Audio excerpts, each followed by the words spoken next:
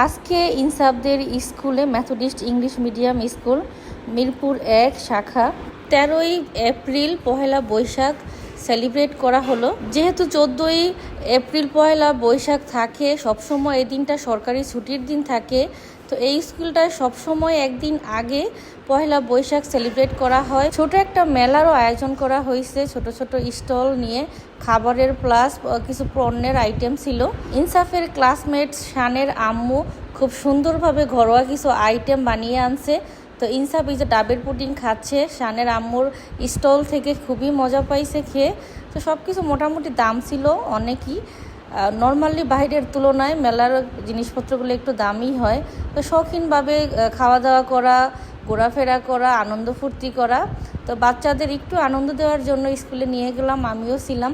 But অনেক অনেক গরম, রোদ, সব বাচ্চারাই অস্থির অবস্থা, সেজন্য বাহিরে কোনো স্টেজই করতে পারে নাই, এত গরমের তাপ ছিল। তো ভিতরে ছোটোখাটোভাবে স্টল করছে, অ্যারেঞ্জমেন্ট করছে সব ভিতরেই। তো এখানে বাইরে কিছু স্টল আছে, সবাই ঘোরাফেরা করে কিছু কেনাকাটা করতেছে। তো সালাফিও মজা পেলো, অনেকদিন পর সালাফিকে নিয়ে আসলাম ইনসাফের স্কুলে, যেহেতু সেও ২ মাস পরে অ্যাডমিট হবে, তো তারও একটু পরিচিতি দরকার আছে। পয়লা বৈশাখ আসলে কখনোই কোনো আয়োজন করেই করা হয় না, হুটহাট করে সিদ্ধান্ত নেওয়া। তো ইনসাফের জন্য লাল পাঞ্জাবি খুঁজতে খুঁজতে হয়রান, তেমন একটা মন মতো পাঞ্জাবি পেলামই না, তো সেজন্য হোয়াইট পাঞ্জাবি ইনসাফের জন্য কিনে আনলাম। তো সালাফি তো হঠাৎ করেই চলে আসলো, তাকেও কোনো প্রস্তুতি ছাড়াই নিয়ে আসলাম। তো সব কিছু মিলিয়ে বাবুরাও এনজয় করলো।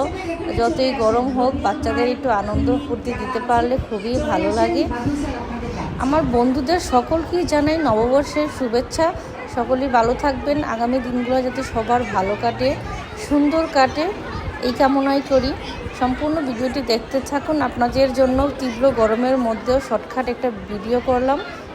2 ভাই এখন স্টলে যাবে, কি কি খাবার আছে মজার মজার, ওইগুলাই তদন্ত করতে। দেখি বাবা,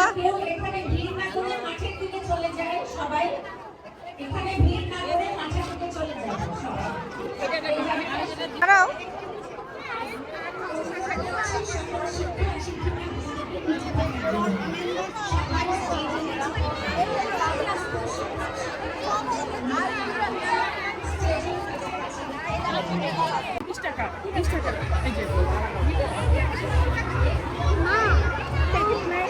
আচ্ছা।